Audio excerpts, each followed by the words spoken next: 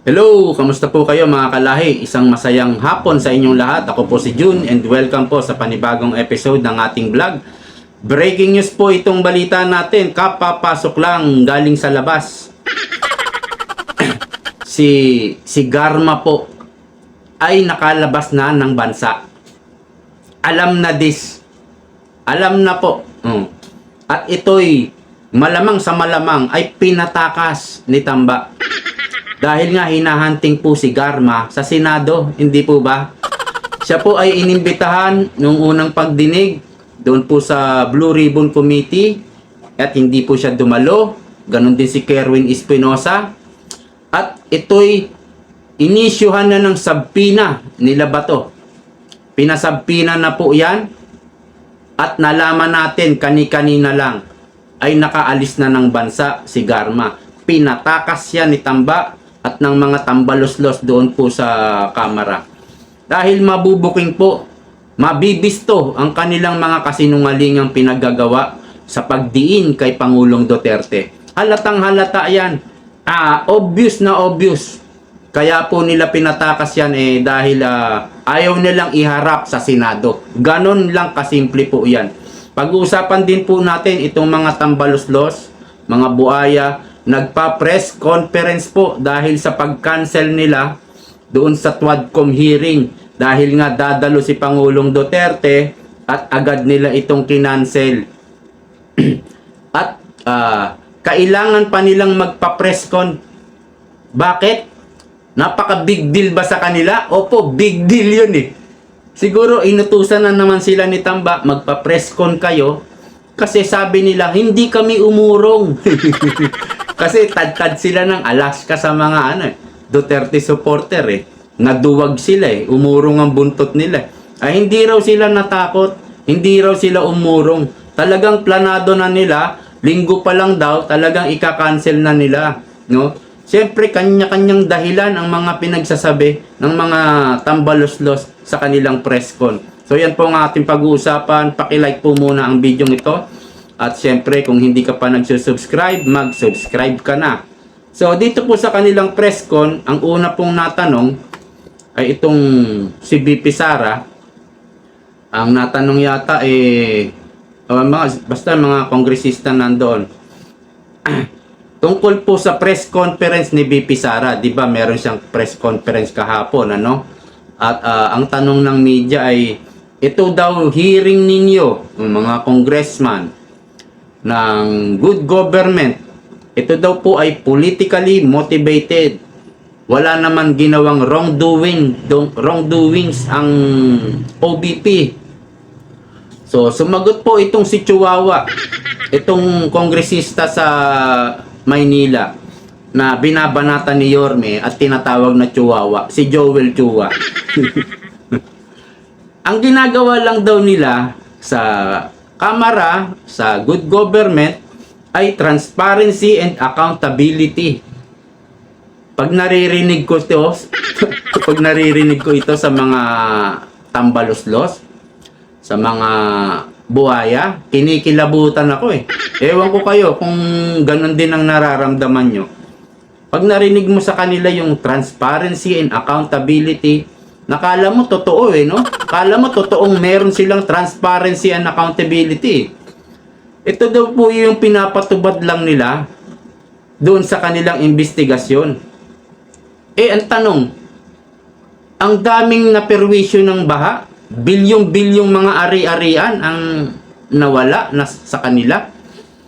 Milyon-milyon ang sumisigaw na bakit hindi nyo imbestigahan ang flood control budget kung mayroon talaga kayong accountability and transparency. Diba? O hindi lang yun, andyan pa yung PhilHealth. Ang daming nagsasabi, bakit hindi nyo iniimbestigahan? Bakit puro Duterte ang iniimbestigahan nyo? O, diba? Nasaan ang transparency sinasabi nyo? Ang accountability. Kapag tungkol na kay Bangag, ayaw nyong imbestigahan. Kapag tungkol kay Tamba, ayaw nyong imbestigahan. Pag sa Duterte lang, okay lang. Di wala kayong transparency and accountability. Nagkakahalaga po itong flood control na 500 billion pesos. Ayon po kay dating ES Vic Rodriguez. Abay, 500 billion na pala itong budget sa flood control. At ito namang PhilHealth ay 90 billion. Pero nagpupumilit kayong imbestigahan ang 125 million ni BP Sara. Ito 500 billion 90 billion. Ayaw nyo imbestigahan. Oh, nasaan yung... Kaya wala kayong karapatang magsabi ng transparency and accountability.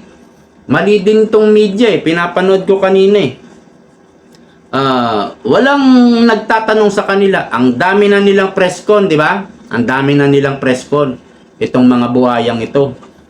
Walang nagtatanong na media na ganito sana ang tanong, Your Honor, meron ba kayong nakitang anomalya na ginawa ni BP Sara ng OBP? Meron ba kayong nakitang katiwalian? Meron ba kayong nakitang nakawan? At magkano ang ninakaw? Yun ang magandang direktang tanong Hindi ba? Wala akong nakikitang ganon media na nagtanong. Kasi kung ang sagot nila, meron po, bakit hindi nyo pa kasuhan sa korte? O, di ba? Bakit hindi nyo pa i-impeach? O, kung sasabihin naman, sa ngayon wala pa kaming nakikita. Di wala kayong nakita. Naghahanap kayo. Di totoo siya sabi ni BP Sara. Nag-fishing expedition kayo. Kaya lang walang nagtatanong ng ganong media. Siguro talagang nililimitahan nila yung tanong. Kung tapat lang sana ang media, kung hindi lang sana kita mo, ang laki ng pagkakaiba kapag nabayaran na nila ang media. Wala na talaga. Yan ang mga kinalaban ni Trump sa Amerika. Talagang direkta tinitira ni Trump. Hindi kayo fair, hindi kayo fair. Ang binabanggit niya lagi CNN. CNN hindi Philippines, doon sa Amerika. CNN sa Amerika. Talagang dinidirekta, binoboljak ni Trump yung mga media ron na mga bias talaga, mga bayaran. Dapat ganyan din ang gawin ni, kaya lang alam mo si BP Sara, maingat magsalita Kung ako kay BP Sara, ganun ang gagawin ko So kung sana matatanong ng media yon, mako-corner mo itong mga buhayang ito Kung ano isagot nila, mayroon kang may papalo up na question Kung wala kami nakikitang katiwalaan, wala pala bakit kayo imbestiga ng imbestiga? Wala palang katiwalian. Kung meron naman, bakit kayo hindi magsampa ng kaso o impeachment? Di ba? Meron ba silang nakita? Sinabi ba nila si BP Sara ay bumili ng eroplano, ng jet? Di ba? Meron ba silang nakita na si BP Sara bumili ng helicopter? Meron silang nakita, kasamahan nilang kongresista. Pero tahimik sila. Meron silang mga nakita na yung mga relo, nagmamahalang bag, ayan, suot-suot ng kasamahan nila. At yung kasamahan nilang pastor, nakikita naman sa social media ang mamahal ng kotse na ipinopost. Pero kay BP Sara, wala silang makitang ganyan. Nagpi-fishing, at the same time, naninira para sa 2028 election. Ngayon, nasa mall si Tamba, namimigay na naman ng ayuda. Mamaya, tignan natin kung maibablog natin yan. So, dito po sa kanilang press con, itong mga tambaloslos, kung bakit daw nila kinancel itong hearing nila sa Quadcom. Last week pa raw plano na nilang i-move ang schedule. Kaya lang, ang gusto daw ngayon nila ay lahat ng mga resource person ay gumawa ng affidavit, At doon po sa affidavit na yon, kailangan daw aralin muna. Napakapambihira po nun. kailangan daw nila yung affidavit ay aralin muna at kung sino po ang kanilang ihaharap. Kailangan daw ma-interview muna. Pambihira po yun, hindi po yun nagaganap kahit kailan. Mga baliktad na po utak nito. Wala pong gumagawa nun dati. Wala pong gumagawa na yung magte-testimony, yung testigo, kakausapin muna nila, pagagawain nila ng affidavit, tapos i-review daw nila. Yan po ang sabi ni Barbers.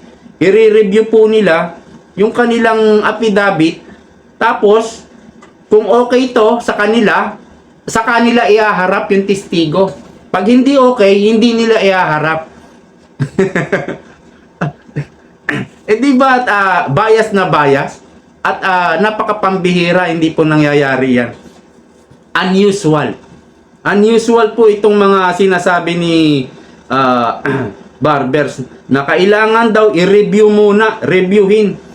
And it takes a lot of time, kaya po kinancel. It takes a lot of time daw, kaya kinancel. Tingnan nyo yung mga katwiran nila, no? Dito ka matatawa, no? Sabi ni Barbers, wala naman nagsabi sa amin na may a-attend. Hindi po yun ang pangkaraniwang nangyayari. Ha?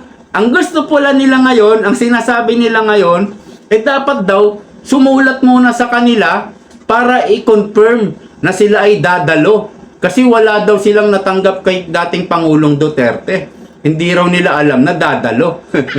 Di ba't ang karaniwang ginagawa, halimbawa sa Senado, mag-i-invite sila. Di ba? Mag-i-invite. At pag araw na ng hearing, hihintayin nila kung sino yung mga dadalo. Hindi po nila nais o gusto na dapat mayroon munang reply sa kanilang invitation. Yun ang gusto nila ngayon. Dapat daw may reply. Hindi naman nila nababanggit yan dati. Tignan nyo yung mga katwiran nila, no? Talagang bumabaliktad na ang utak nilang mga tambaluslas na ito. Hindi po yan yung pangkaraniwan. Wala pong ganyan. Ang tagal ko nang tumututok sa mga hearing na yan, eh. Sa mga investigasyon na yan, eh. Diyan ka matutuwa kay Barbers para lang makapangatwiran. Sablay ang kanilang katwiran. Nag-i-invite kayo, nagsisubpina kayo, tapos nagulat daw si Barbers na meron daw palang gustong umattend. Hindi ba't napaka pinagloloko lang ng mga tao? Nagulat daw siya na meron daw palang mga gustong umattend. Kaya hindi sila nakapag-prepare, kaya kinancel. Tingnan mo yung mga katwiran, katwirang bugok, eh. November 21 daw, meron silang hearing. Okay. Kasi nga, inadjust na nila, minove na nila, eh. At pagtapos daw nun, meron ulit hearing. Sabi niya, let us know kung kailan kayo pwede on that date na convenience for you. Di ba't katawa-tawa?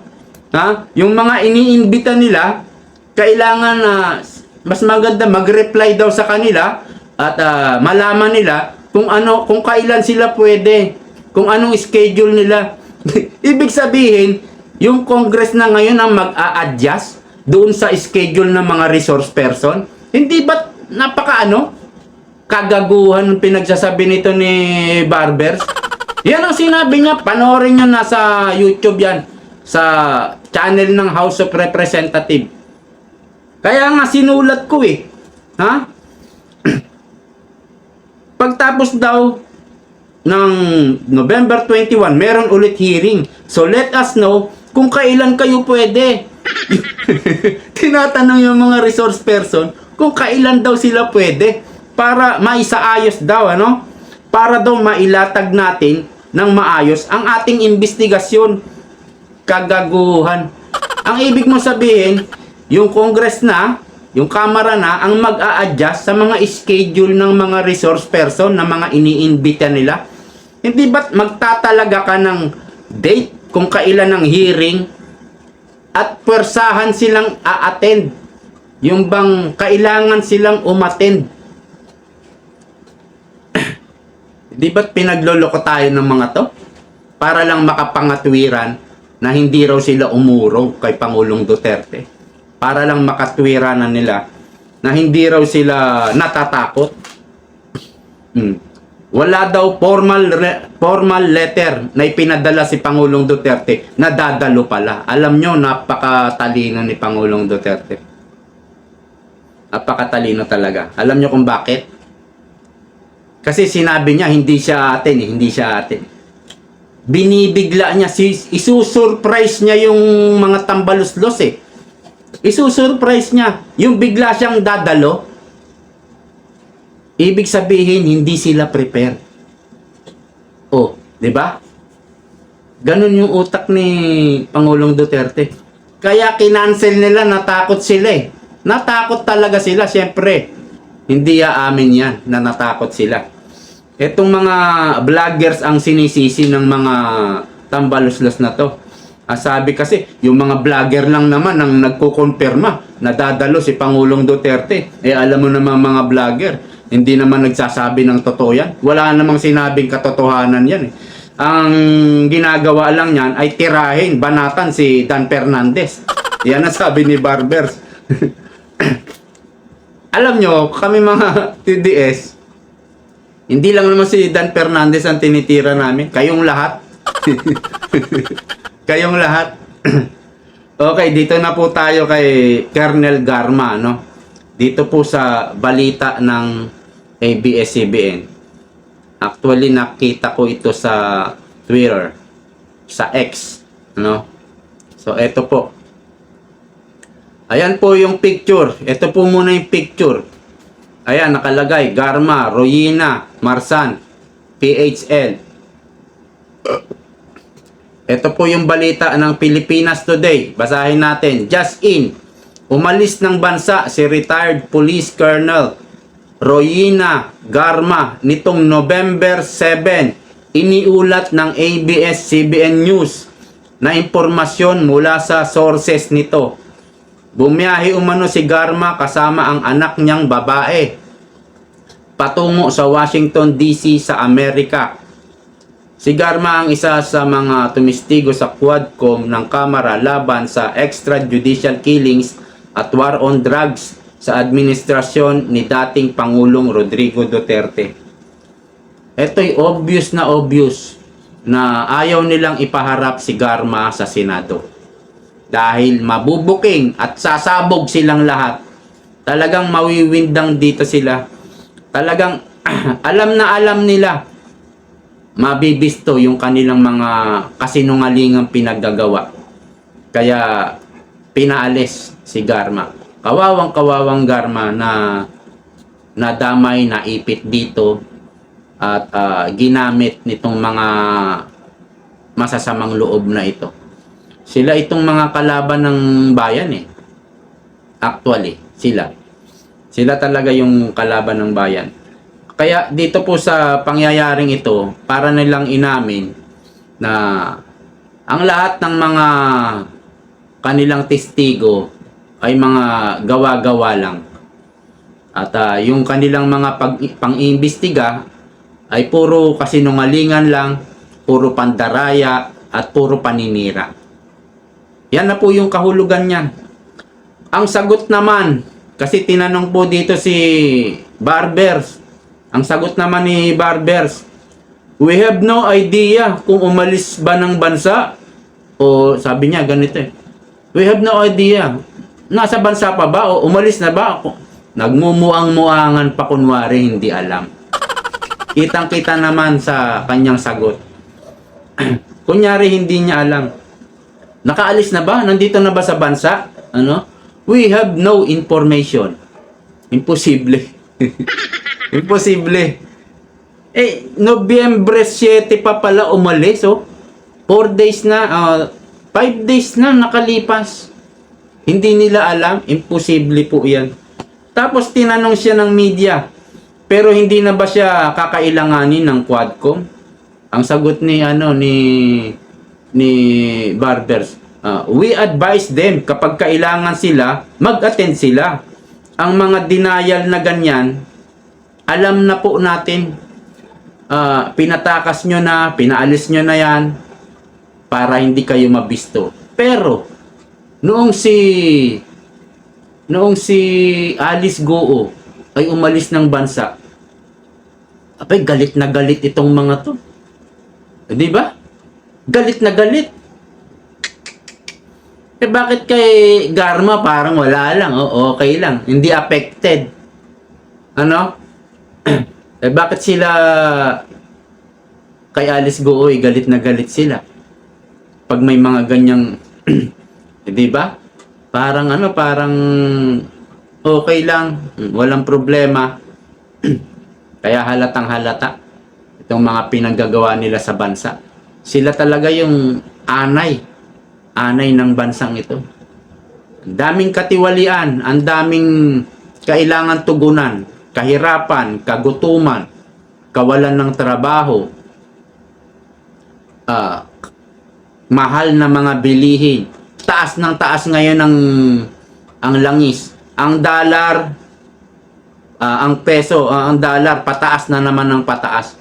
58 na yata ang dollar. Yan po yung nakaka-apekto sa mga bilihin. Dahil tumaas ang dollar, yung mga ini-import natin, tataas din ang presyo. Pagbenta dito sa Pilipinas, mataas na rin po ang presyo. Wala po silang tinutugunan. Yung mga nabanggit kong kahirapan, kagutuman, kawalan ng trabaho. Ang inaatupag lang nila sa Kongreso ay puro mga Duterte for 2028 election.